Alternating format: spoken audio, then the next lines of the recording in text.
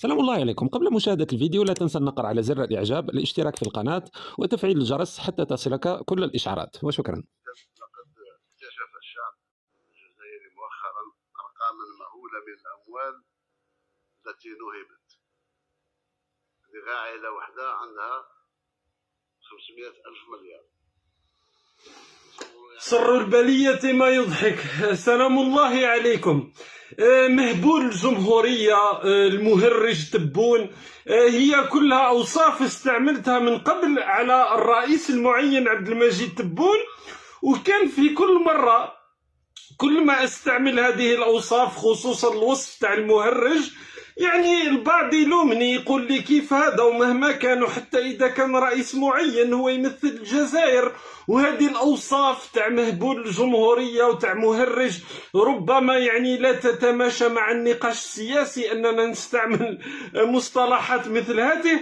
لكن يبدو يعني بأنه حتى هذه المصطلحات، ليس يبدو بالأكيد أنه هذه المصطلحات صارت يعني غير يعني مناسبة لشخص هذا الرئيس المعين. وبطبيعة الحال في شخص الرئيس المعين هو يعني صورة للنظام الجزائري، صورة للجنرالات الذين قاموا بتعيينه أنهم يعينوا شخص بهذا المستوى المنحط وهذا المستوى يعني الحقير وهذا المستوى الضعيف جدا، سواء في الخطاب السياسي، هذه كلها أمور، سواء في المصطلحات يعني اللي يستعملها، كلها أمور كنا تكلمنا عليها من قبل. لكن صراحة أنا ما كنتش نقول بأنه الأمور تصل إلى هذه الدرجة، يعني أنه رئيس تاع بلد حتى إذا كان رئيس معين يخرج ويقول هذا الكلام. نعاود نسمع لكم فقط الجزء هذا ومن بعد نتناقشوا في هذا الجزء. لقد اكتشف الشعب مؤخرا أرقاما مهولة من الأموال أيوة التي نهبت. أوكي. عائلة واحدة عندها 500 ألف مليار. عادي رئيس تاع بلد يخرج يقول للناس 500 ألف مليار كانت عند عائلة وحدة في الجزائر. لدرجة يعني الهول ما حدث اليوم ماشي داخليا فقط كلام مثل هذا. كنت نشوف يعني في المساء الملياردير المصري وهو يعني صاحب أكبر ثروة في المنطقة العربية، واللي كان عنده قصة مع النظام الجزائري اللي هو نجيب ساوريس، يعني اللي هو مصري، قال لك يعني انه لو صح هذا الكلام تاع 500 ألف مليار يعني ما يساوي. هو كان يعلق على منصور من قناة الجزيرة يقول لك بأنه النظام الجزائري استرجع 36 مليار دولار. هذا الشخص هذا نجيب ساوريس قال لك باللي هذا يساوي بناية بأكملها، عمارة بأكملها. ولكن ما لا يعرفه هو أنه الرئيس المعين لما يقول لك لما قال 36 مليار دولار قال 500 ألف مليار دينار. تعرفوا بالدينار الجزائري 500 ألف مليار دينار تبني بها برج الخليفة نقدا، يعني بالحجم تاع برج خليفة على الأقل. هي بالدولار تبني بها عمارة 36 مليار دولار، عمارة تاع أموال يعني كاش. 500 ألف مليار دينار تبني بها برج خليفة تاع الأموال نقدا. تتخيلوا يعني الحماقة اللي وصل ليها تبون النظام، يعني صاروا يخرج لك أرقام مثل ما يشاءون، نض صباعي حاجي. وهو هذا كله باسم من؟ هذا كله باسم الدولة الجزائرية بطبيعة الحال. هذا كله احنا كنا نسمعه من قبل. شوفوا المستوى تاع الرئيس المعين الجزائري، هو منين جاب هذا الكلام، باه تشوفوا منين يجيب في الكلام هذا اللي راهو يرددوا في البلاطوهات. اسمعوا معايا هذا السيخونة. العصابة واسترداد أموالنا المسروقة كنت تتوقع أن تكون القيمة. أيوة. على الاقل 50 مليار دولار على الاقل 50 مليار الله اكبر. دولار ماشي سنتيم. دولار قال لك والله الاموال المهربه بالخارج بالمليارات من الدولارات. التقديرات احد المبعوثين الامميين سنه 2011 قال لبوتفليقه لقد هرب من الجزائر ما لا يقل عن 300 مليار دولار. المعلومه قيل لي نشرت في جريده الوطن تحدث عن 300 مليار دولار. 300 مليار دولار هذه ولم ياخذها بعين الاعتبار بوتفليقه. كان يقول لك في البدايه قال لك 50 مليار دولار، من بعد قال لك حقه او بوتفليقه وقالوا لي وسمعت جريده فلان قالت باللي 300 مليار دولار. هو حتى ما هو الربا للخارج. هما اولا عليه يخرجوا الارقام هذه باه لتسفيه القضيه. تولي انت تقول هذه عائله عندها 36 مليار دولار. درك نقول لكم ماذا تساوي، لانه البعض ربما لا يدرك ماذا تساوي 36 مليار دولار. يعني تولي انت تقول هذاك السخونه طحكوت وسلال اللي داو بمئات ملايين دولار، نزار اللي لقاو عنده حساب بنكي في سويسرا فيه ما يقارب 3 مليون دولار، الممتلكات تاع عائلة بوتفليقة ما نهبه الرئيس المعين تبون في قضية الخليفة من ملايين الدولارات، ما نهبه الابن تاعو في القضية تاعو مع البوشي. هذه كلها فتات، لأنه كاينة عائلة في الجزائر عندها 36 مليار دولار. يعني أنه عائلة في الجزائر تخيلوا معايا عندها المداخيل السنوية لو PIB لو برودوي انتيريور بروت، الدخل الوطني الخام تاع ما يقارب دولة تاع ليبيا. واحد يقول لك هي ليبيا حربوا منا، ليبياكم شفتوا السيارات تاعهم برك اللي عندهم الشعب الليبي، يعني المواطن الجزائري مسكين يشوف فيها ويتلد. يعني وقالها الرئيس المعين يريق ودرك نرجعوا لها القضيه هذه. يعني السيارات ما يشوفهاش في الاحلام، ودوله نفطيه ودوله عندها مداخيل حتى اذا كانت وسط حرب. يعني لو برودوي انتيريور بروت تاع ليبيا على ما اظن يدور في فلك تاع 44 مليار دولار، هذا للسنه تاع 2021. فكي شغل عائله في الجزائر عندها الدخل السنوي تاع دوله نفطيه وعندهم كاش وبالدينار 500 ألف مليار دينار مخبيينهم في الدار تاعهم ومريحين. وجات النظام الجزائري استرجع هذه الاموال بطبيعه الحال. ودرك نقول لكم لماذا يقولون انهم استرجعوا الاموال الضخمه هذه، بعد ما قال الرئيس المعين بانه فقط في السنه الماضيه استرجع 20 مليار دولار. لو النظام الجزائري لقى ما يساوي برج خليفه نقدا، تتخيلوا يعني بانه ما يروحش يدير لنا صور ويروجوا لها في وسائل اعلامهم ويقول لك هذا كنز تاع العائله الفلانيه وشوفوا حجم النهب وشوفوا في الجزائر الجديده ماذا استرجعنا.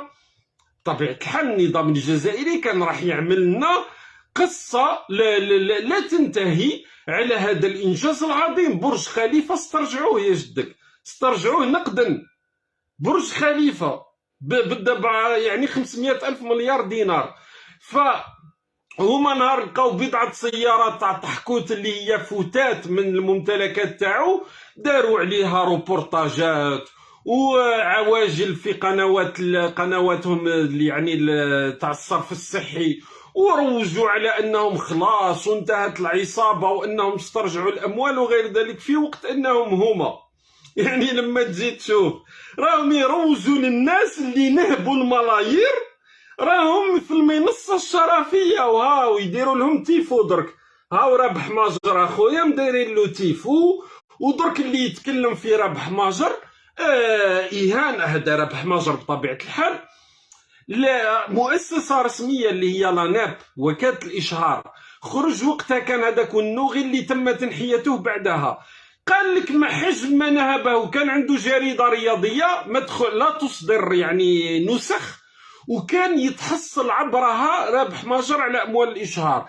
قضيه الصابلات نهب الملايير من الدولارات.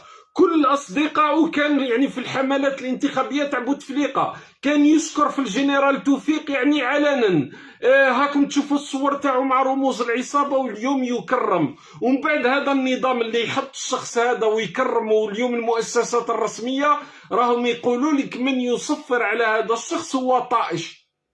فما بالك يعني انهم اليوم يجيو يكلمونا على النهب وما النهب، وزيد بطبيعة الحال صورة الجزائر، ولو انه صورة الجزائر يعني بان نشوفوا بانه هذه مش حاجة جديدة يعني مع النظام الجزائري، ونسمعوا شوية واش كان يقول. شخص ايوه يطول في عمره ان شاء الله له حي.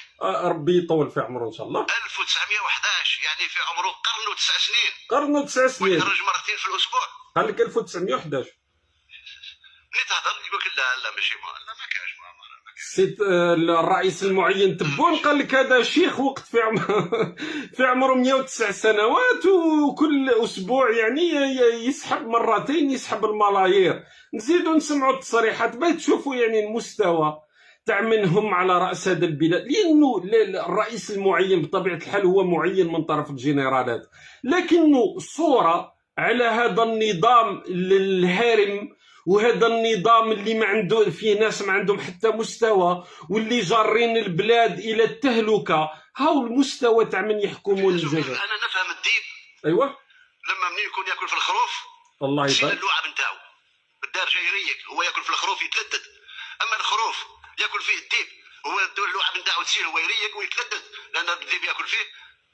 هذه وضعيه خطيره. يرحم باباك. هذا مستوى تاع رئيس تاع بلد.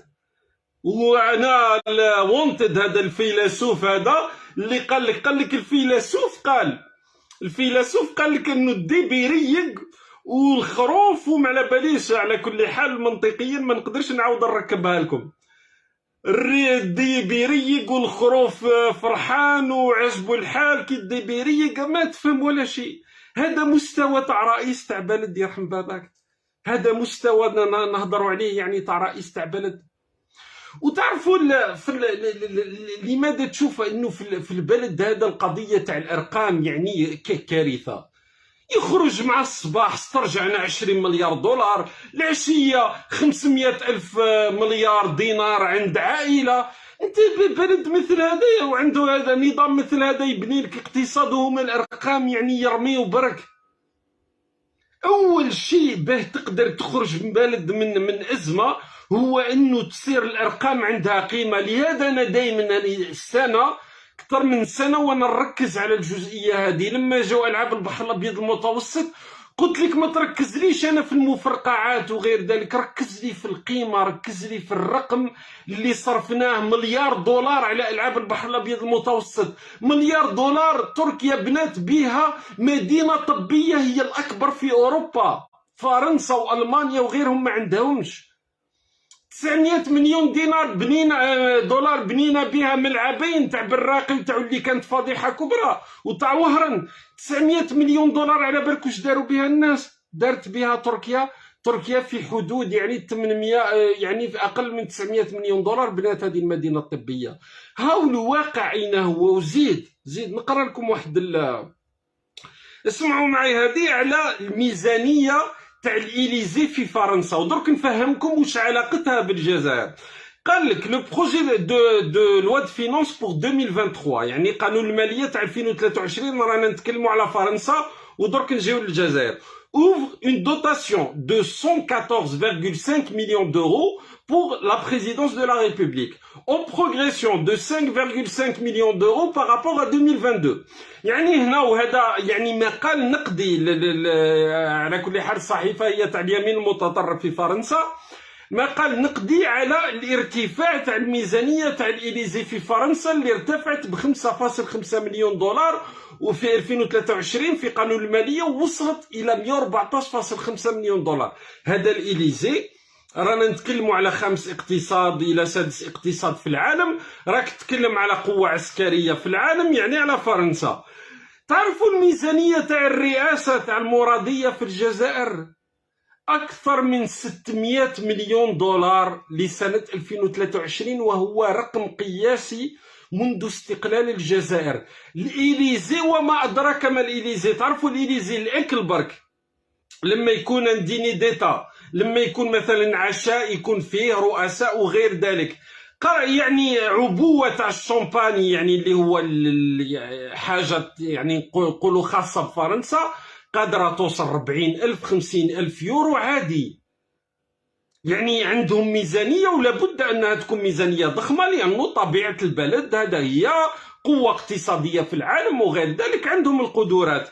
أنت في القوة الضاربة اللي الناس تجري وراء الحليب وتجري وراء الزيت والناس راهي ماهيش لاحقة. كنا في 100 مليون دولار، يعني في نفس المستوى مع الإليزي. درك الرئاسة الجزائرية 6 مرات الميزانية تاع الإليزي في فرنسا. لماذا؟ ما فهمناش. وش يحتاج الرئاسة في الجزائر؟ وش تحتاج أكثر من الإليزي؟ دولة يعني قوة اقتصادية عالميا وغير ذلك، مع دولة إفريقية قدنا قد روحنا، الناس يعيش الفقر، الناس راهي تعاني، لا اقتصاد لا أي شيء، بلد مسخرة، الناس كامل تضحك على الجزائر مؤخرا بالممارسات تاع النظام هذا. رئيس يقول لك 500 ألف مليار دينار، من هي العسكر راهو حاكم وعطاو لنفسهم ميزانية تاع 23 مليار دولار، لأنه هذا كله باش يقول لك أنا استرجعنا 36 مليار دولار، يعني أنه كيعطينا الميزانية للجيش الجزائري تاع 23 مليار دولار عادي ماشي مشكل، راهي من الأموال المنهوبة، والنتيجة ولا شيء. كاش ما سمعتوا بصفقات تاع الجيش الجزائري، كاش ما سمعتوا 23 مليار دولار هذه وين راح تروح؟ راح تروح في البحث العلمي، راح تروح في تطوير الأسلحة، في تطوير على الأقل في أنه نحطوا لي باز، نحطوا القاعدة تاع أنه تكون عندنا يعني تصنيع تاع أسلحة، ولو أسلحة خفيفة في البداية أو طائرات مسيرة أو أمر مثل هذا. أبدا، النهب وثم النهب، ويقولوا واش يحبوا، لأنه اللي يتكلم في البلد هذا يرمى به في السجن. وهذا هو واقع الجزائر الجديدة. على كل حال الكارثة بعدها كارثة. اليوم قلت لكم حتى تتكلم خلاص، اليوم ماشي النظام، تا ما تقدرش تتكلم في النظام وما تتكلمش. والي يا جدك، والي تكلم عليه في وهران دخل عامين للسجن، لأنه قال للوالي نوكل عليك ربي يدخلوه 2 سنين للسجن. فك الله أسر. على كل حال الشاب هذاك حسين على ما أظن دخل 2 سنين للسجن. اليوم تتكلم في ماجر بالك يرميوك في السجن، ماشي حتى توصل للوالي ولا الرئيس المعين. ولا لو كان تقول يعني هذا الرئيس مهرج، هذا تبون مهبول الجمهورية، يعني قال لك 500 ألف دينار وراو يضحك في العالم علينا، ممكن يرميك إهانة رئيس الجمهورية، ولو أنه رئيس معين ولا رئيس جمهورية ولا أي شيء. شفتوا الأوضاع في البلاد وين وصلت؟ ولو على الأقل كان، وانا والله لو كان نظام مستبد ونظام معسكر وغير ذلك، وعلى الأقل محاولات لبناء اقتصاد منتج، محاولات باه تكون مصانع، محاولات لاستقطاب الاستثمار الأجنبي، ممكن الإنسان ديما يغض الطرف على بعض الممارسات. راه مسخرة. ارتفاع أسعار البترول جاهم يعني بفضل ما يحدث في أوكرانيا، راهم يمشيو، راهم يتمسخروا بالشعب. المسخرة تاع الشان هذه، والأمور ماشية وأموال الشعب تصرف والكاس يدور. لأنه أظن أنه واحد يتكلم على 500 ألف مليار، أظن أنه عنده مشكل شوية مع الإفراط في تناول الكحول، لأنه تعرفوا باللي الكحول يضرب الخلايا تاع المخ.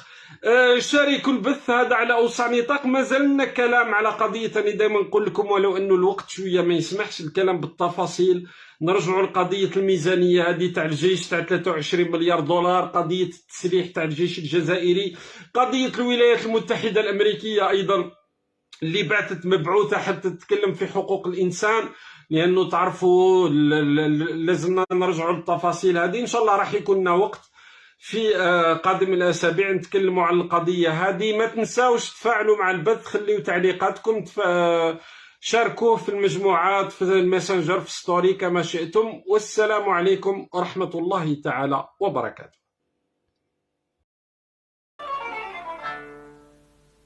الحركة والسكون إلا بإذن الله، البركة فيك تكون، كي تستقنع باللي عطاك وستر عليك يدوم، وكي تدعي قول إن شاء الله.